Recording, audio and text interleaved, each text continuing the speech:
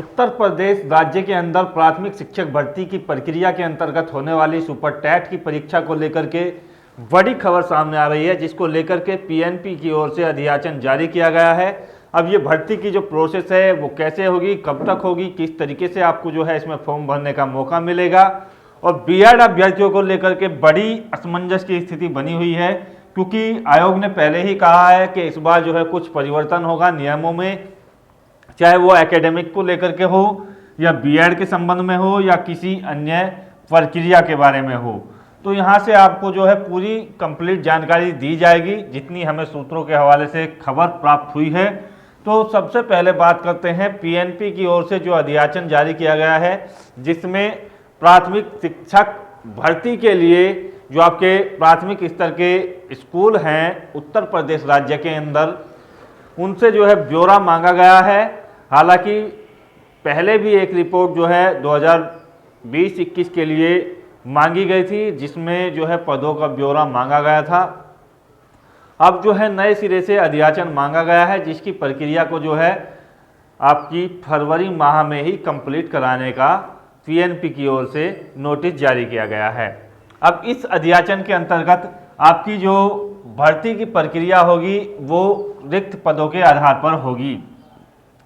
तो कुल मिलाकर के यदि जानकारी आपको दी जाए तो इस बार जो है यहाँ पर 36% से अधिक अभ्यर्थी, अर्थात 36% से अधिक जो विद्यार्थी हैं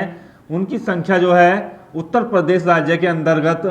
कॉलेजों में, स्कूलों में बढ़ी है। इस तरीके के प्राथमिक स्कूलों में जो है 36% जो अभ्यर्थी हैं वो पिछले वर्ष के मुकाबले ज़्यादा हो गए हैं। इसका कारण यही है कि कोविड के कारण जो है जो अभ्यर्थी बाहर रहते थे, अन्य राज्य में रहते थे या जॉब्स के लिए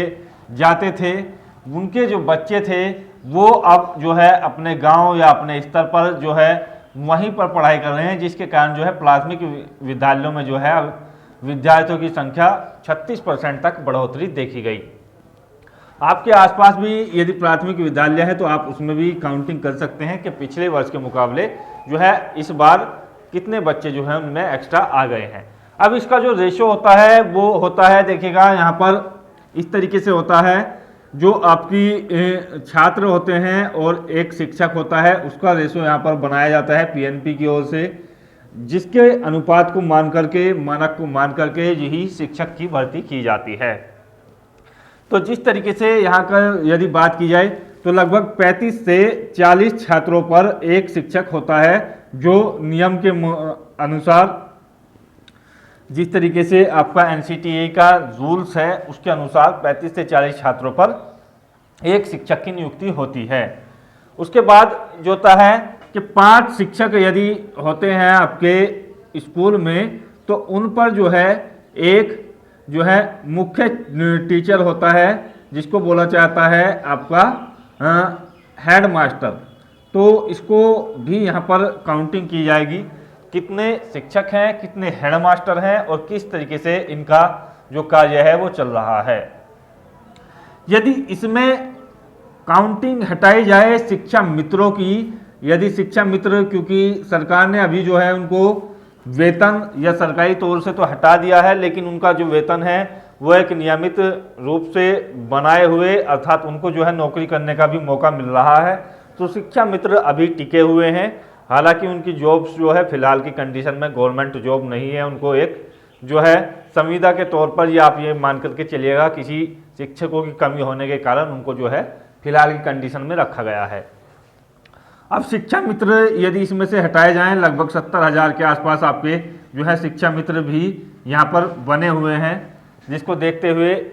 ये जो है आयोग यदि इन 70,000 शिक्षा मित्रों के तौर पर भी भर्ती लेता है तो बड़ी संख्या में भर्ती होती है। यदि ये शिक्षा मित्र नहीं भी होते हैं तो भी यहाँ पर लगभग यहाँ पर 1,40,000 जो पद हैं वो रिक्त होंगे, जिस तरीके से विद्यार्थियों की संख्या जो है कॉलेज स्कूलों में बनी हुई है प्राथमिक स्तर के। तो यहाँ से बड़ी भर्ती के लिए पहले भी जो है मंत्रालय की ओर से बयान दिए गए थे, और अब तो जो है घोषणाओं में भी यही बात कही गई है, क्योंकि इलेक्शंस को लुभाने के लिए प्रत्येक पार्टी अपनी अपनी ओर से एक दावा कर रही है, जिसको लेकर के ये बताया जा रहा है कि लगभग 5.5 लाख शिक्षकों की जो है उत्तर प्रदेश राज्य में कमी है। प्राथमिक स्तर के हो, माध्यमिक स्तर के हो या जूनियर स्तर के हो, तो सबसे ज़्यादा जो भर्ती की जाती है वो यहाँ पर प्राथमिक शिक्षकों की होगी, जिसमें लगभग 3 लाख पदों के आसपास आने की संभावना है। तो कुल मिलाकर के यदि ये 3 लाख पद तो आपके नहीं आएंगे, ये तो एक जो है लोक लुभावने वादे की तरह होता है, लेकिन कुल मिलाकर के बात यह है कि लगभग 1.5 लाख पदों को यहाँ पर भरा जाएगा प्राथमिक स्तर पर। और इसमें से लगभग ये जो भर्ती है आपकी, मैं कुल मिलाकर के ज़्यादा बड़ी बात नहीं करता हूँ, तो 72,000 पदों के आसपास आपको देखने को मिल सकती है। तो ये जो भर्ती है इतनी प्रक्रिया में, क्योंकि जो है सरकार भी यही कहती है कि कम से कम 2 बार की प्रक्रिया में पदों को जो है भरा जाएगा। तो यहाँ से अब बात कर लेते हैं बीएड की। तो बीएड के लिए जब से जोधपुर हाईकोर्ट ने राजस्थान के राज्य के लिए जो है बीएड को प्राथमिक स्तर की भर्तियों से बाहर किया है, तब से ही यहाँ पर असमंजस की स्थिति बनी हुई है बीएड को लेकर के। तो देखिएगा एनसीटी का रूल्स कहता है कि 2018 में जो आपके नियम बने थे उसके अनुसार कि बीएड में आपकी जो टीचर भर्ती है वो प्राथमिक स्तर पर, अर्थात प्राइमरी जो टीचर्स होते हैं जिनको पीआरटी शॉर्ट में बोला जाता है, उनके लिए योग्य हैं। तो ये जो है ये आपकी सेंट्रल गवर्नमेंट करती है। तो सेंट्रल गवर्नमेंट ने ये नियम लागू किया था और सेंट्रल गवर्नमेंट की ही गवर्नमेंट है फिलहाल की कंडीशन में उत्तर प्रदेश राज्य के अंदर। तो यदि सरकार में परिवर्तन होता है तो बीएड के लिए मैं मान सकता हूं कि कुछ ना कुछ खतरा आपका बन सकता है,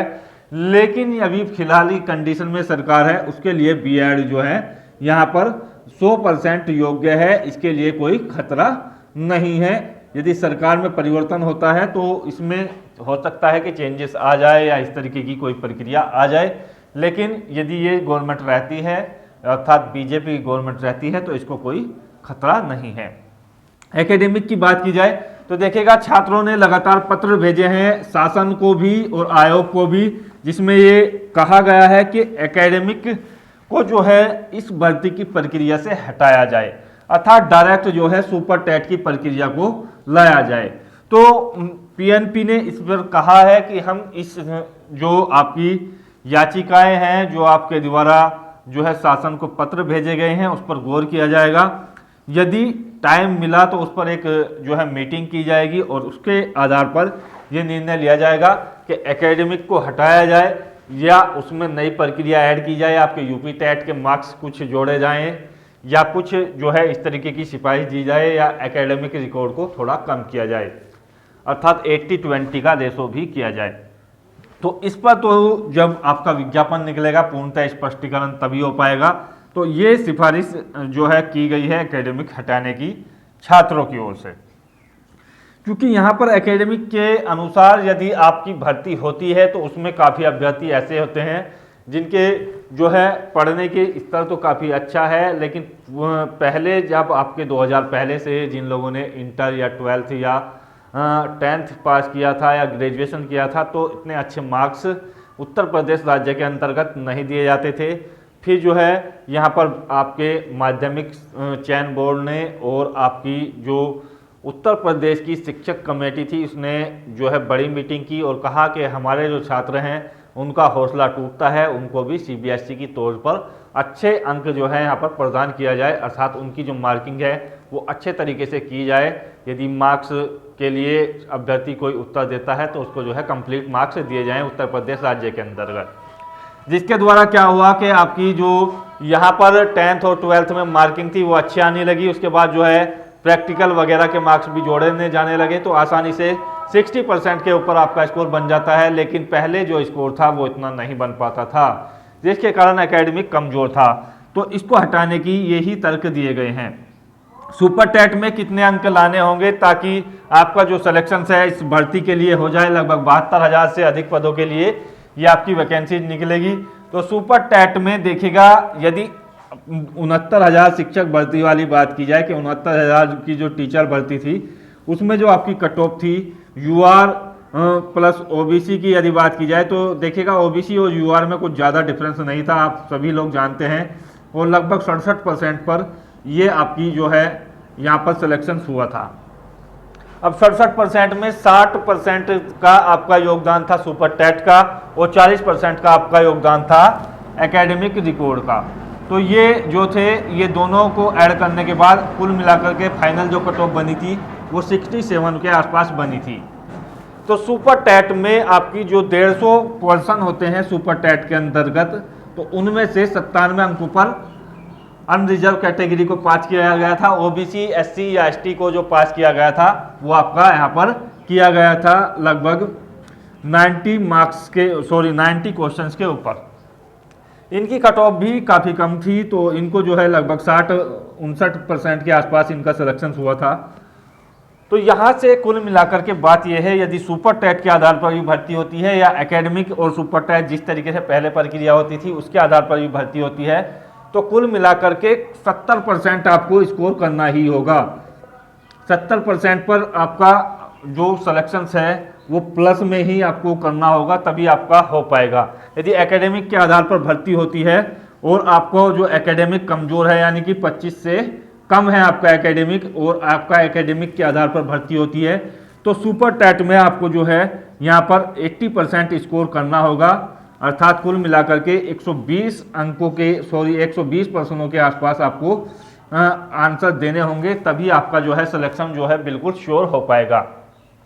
तो कुल मिलाकर के मैंने आपको समझा दिया है। इसके बारे में मैं आपको नेक्स्ट वीडियो में और डिस्कस करके बताऊंगा कि कितनी कट ऑफ कैसे बनती है और किस प्रक्रिया से आपको जो है ये अपनी भर्ती कंप्लीट करनी है। जय हिंद, धन्यवाद, जय भारत।